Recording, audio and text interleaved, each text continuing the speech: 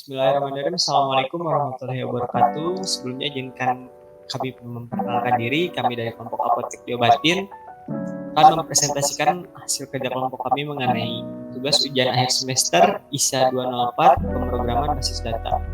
Sebelumnya kami akan memperkenalkan diri. Nama saya Fauji Yudanto, NRP 16 2020 bersama rekan saya. Saya Boyka Agung Nugraha dengan NRP 16 2019 009. Saya Pranisa Budi dengan NRP 16 2019 010. Saya Istifa dengan NRP 16 2019 019. Dan saya Prambudi Wibowo Panji dengan NRP 16 2019 018. Oke, next untuk konten dari pembahasan kali ini, yang pertama ada deskripsi aplikasi, yang kedua rencana aplikasi, yang ketiga IRB, dan yang terakhir demo. Next. Untuk deskripsi aplikasi sendiri, Diobatin merupakan sebuah proyek aplikasi dengan menggunakan infrastruktur IT pada sistem manajemen pemesanan obat. Sistem ini diharapkan dapat meningkatkan efisiensi pemesanan obat dengan adanya pemanfaatan pada infrastruktur IT. Maka diharapkan dapat meningkatkan tingkat keefisienan dalam membeli serta memesan obat sehingga dapat mempermudah konsumen. Oleh karena itu, Apotek Diobatin membuat sebuah aplikasi yang hasil akhir produknya diharapkan dapat menerima input data serta mengolah pemesanan obat, di mana targetnya adalah masyarakat luas. Next. Selanjutnya adalah rancangan aplikasi dengan menggunakan BPMN. Yang pertama, sistem akan mengeluarkan form untuk login admin dan customer. Customer dan admin akan mengisi form, lalu sistem akan menentukan role sebagaimana sebelumnya disimpan di database. Setelah menentukan role, kita akan login sebagai customer terlebih dahulu. Customer akan memilih menu, selanjutnya user akan memilih daftar obat, membelinya, lalu admin akan mengelola transaksi. Setelah itu, customer akan melakukan pembayaran. Jikalau uang tidak cukup, pembayaran akan dilakukan kembali. Jika uang mencukupi, maka sistem akan melakukan konfirmasi pembayaran, lalu pembayaran berhasil. Setelahnya, admin akan mencetak struk, lalu fase customer selesai. Setelah itu, jika kita login sebagai admin, maka admin akan bisa mengelola seluruh tabel pada database. Next. Pada rancangan aplikasi, ini merupakan identifikasi dari entitas. Yang pertama, kita mempunyai entitas apoteker dengan isi labelnya ID apoteker dan SPKA. Lalu ada pegawai dengan isi labelnya ID pegawai, jenis kelamin, nomor telepon, alamat pegawai. Terus ada keranjang dengan ID dengan isi tabelnya ID transaksi, nama obat, harga, jumlah, total harga, tanggal transaksi. Lalu ada daftar obat dengan isi tabel ID daftar obat, stok obat, harga obat, jenis obat, dan nama obat. Lalu ada tabel pelanggan dengan isi tabelnya ada nomor telepon, jenis kelamin, alamat pelanggan, nama pelanggan, ID resep, dan ID pelanggan. Lalu ada resep, terdapat ID resep, ID pelanggan, dan ID obat. Lalu ada obat, terdapat ID obat, ID barang, dosis obat, dan jenis barang. Lalu ada barang dengan isi tabel ID barang, nama barang, stok barang, harga, dan terakhir ada transaksi, yang dimana di dalamnya terdapat ID transaksi, ID pegawai, ID resep, ID pelanggan, nama obat, harga obat, jumlah barang, tanggal pembelian, dan total harga. Setiap tabel diberi relasi. Yang pertama ada apoteker ke resep. Dengan relasi, apoteker meracik satu resep, dan satu resep diracik oleh satu apoteker. Lalu ada resep memiliki pelanggan, lalu ada pelanggan memiliki transaksi, dan transaksi memiliki daftar obat, pegawai melakukan transaksi, dan transaksi dengan barang itu terjadi relasi many to many, maka di dalamnya terdapat entitas baru. Lalu transaksi memiliki keranjang. Next. Rangkaian aplikasi, di mana di sini terdapat diagram throughput sama seperti sebelumnya. Yang berbeda dari diagram throughput yaitu menampilkan PKFP dari setiap tabel yang ada, seperti tabel pelanggan memiliki entitas PK ID pelanggan dan juga foreign key ID resep.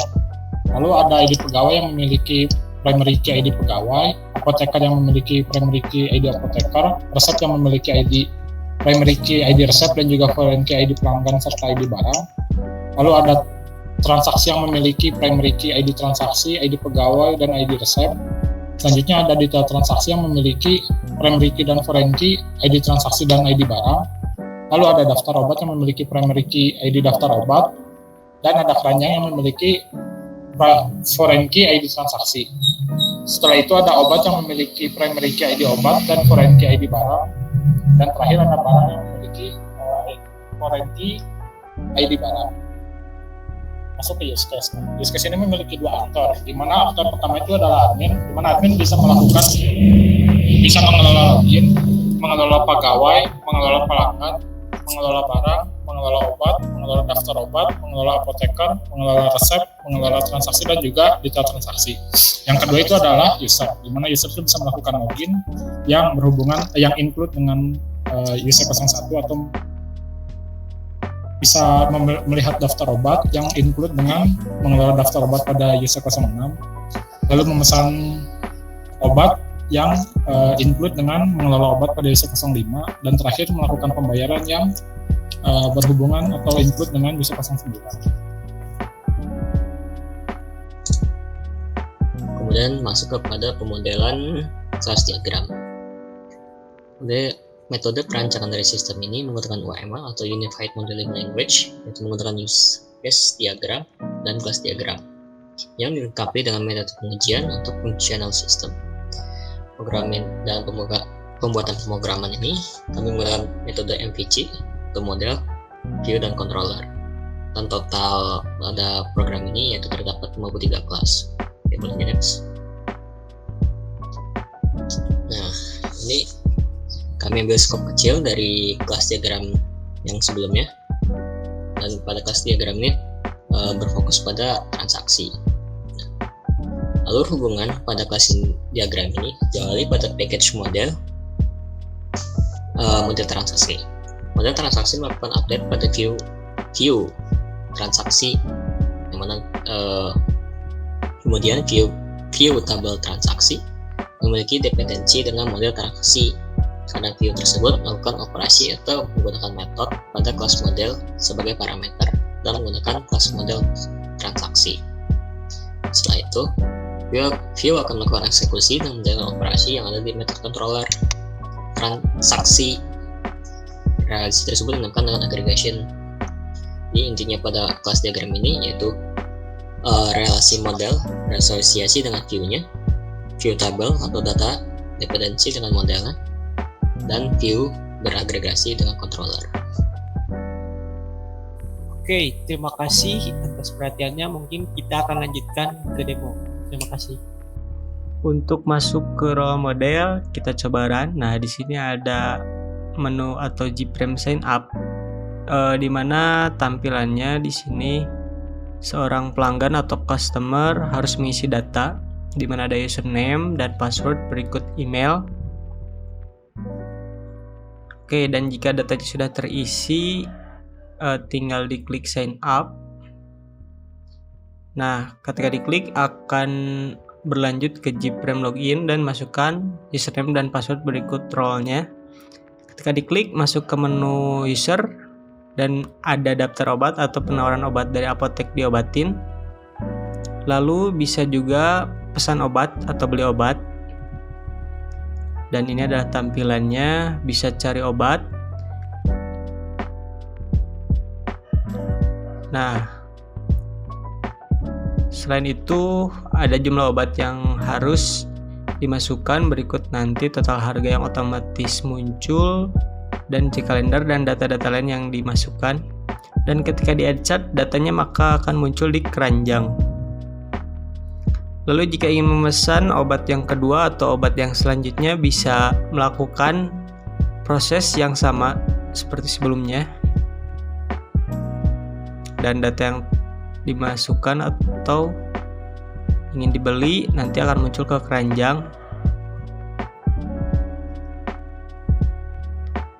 Nah, ketika masuk, jumlah uangnya sudah muncul atau jumlah pembayarannya berapa, maka jumlah uang yang kita punya harus dimasukkan di bawahnya. Lalu bisa diklik payment atau bayar, nah maka akan muncul kembalian sesuai pembelian obat. Nah, lalu ketika diklik print, maka akan muncul report atau yang berbentuk struk atau bill.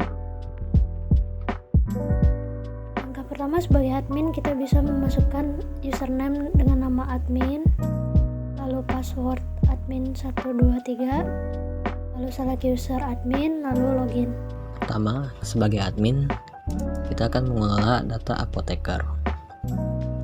Nah, pada data ini terdapat ID apoteker dan sertifikat apoteker. Pertama, kita akan melakukan insert ID apoteker AP06 dan SK 00002. Kita melakukan insert, dapat message dan langsung ke data detail apoteker. Sebelumnya kita akan melakukan pencarian data dengan memasukkan ID apoteker yaitu AP001. Kita bisa langsung klik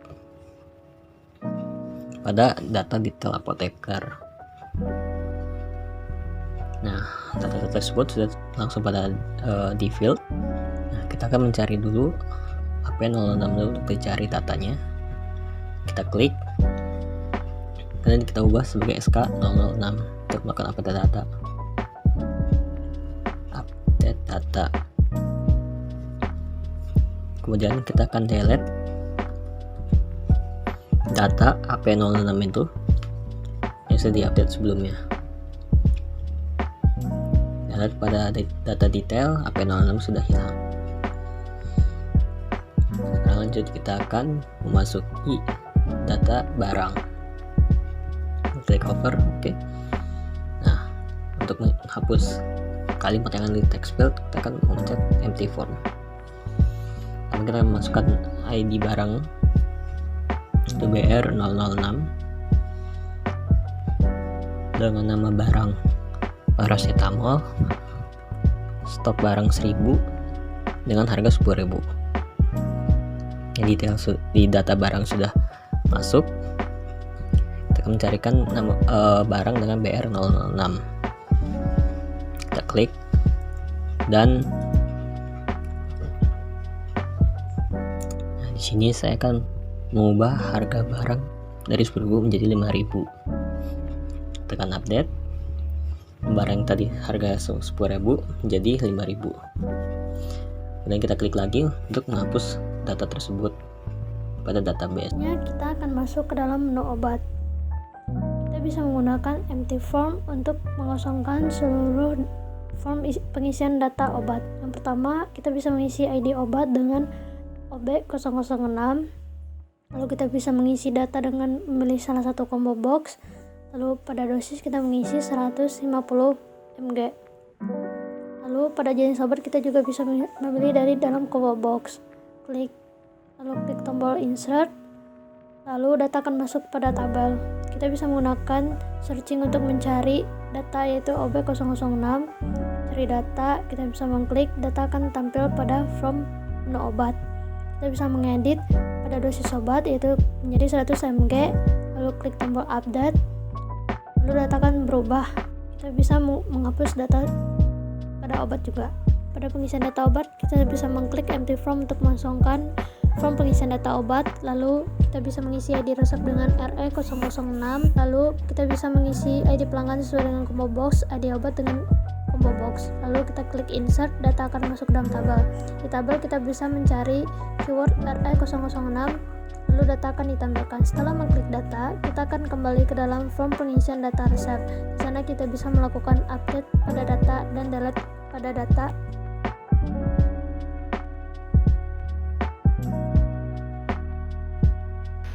Ya di sini masuk ke tabel pegawai, di mana di pegawai misalnya kita isi PG yang kosong, maka nama pegawainya kami, nama pegawai kami, telepon sama saja, jenis kami perempuan, saya insert, ini otomatis akan masuk ke dalam ini.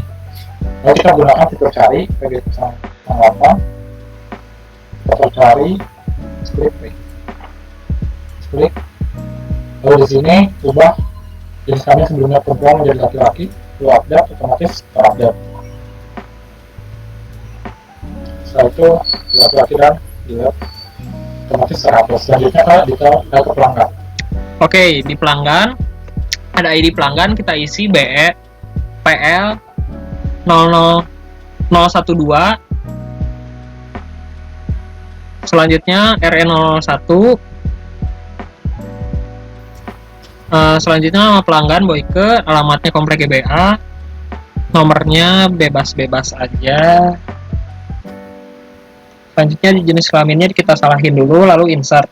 Nah, muncul di sini, kita mouse klik atau kita searching dulu 012, cari data, muncul, mouse klik lagi, kita ganti jadi laki-laki, update. Nah, setelah itu muncul di tabel, kita mouse klik lalu delete. Selanjutnya masuk ke tabel transaksi. Di sini misalnya kita contoh masukkan PL12, memilih edit pelanggan dan edit pegawai. Setelah itu kita memilih nama obat, misalnya di sini masukin angin harganya 12.500. Kita coba beli 4, otomatis di sini harganya dia tercantum perkalian antara jumlah dan juga harga. Lalu kita masukkan angka, itu insert, otomatis 012 dengan nama angkanya sudah ada. Sekarang kita cari di sini, kita cari 012. Misal kita ubah pembeliannya menjadi 3, nah, otomatis total harganya juga akan sekali. Kita masukkan tanggalnya lalu kita update. Pembelian kita otomatis menjadi 3 buah, yaitu kita delete, ini kita ditambah, dan PL12 otomatis akan hilang. Selanjutnya kita transaksi. Oke, selanjutnya ada detail transaksi, kita isi dulu si combo boxnya, ada TR01, BR01 untuk barang, jumlahnya 3, kita insert, lalu kita cek search-nya, TR01, dipencet aja mouse kliknya, muncul, lalu kita ubah menjadi 5, update. Nah, ini bisa terlihat terupdate. Lalu kita coba lagi mouse kliknya, lalu delete. Oke, sekian.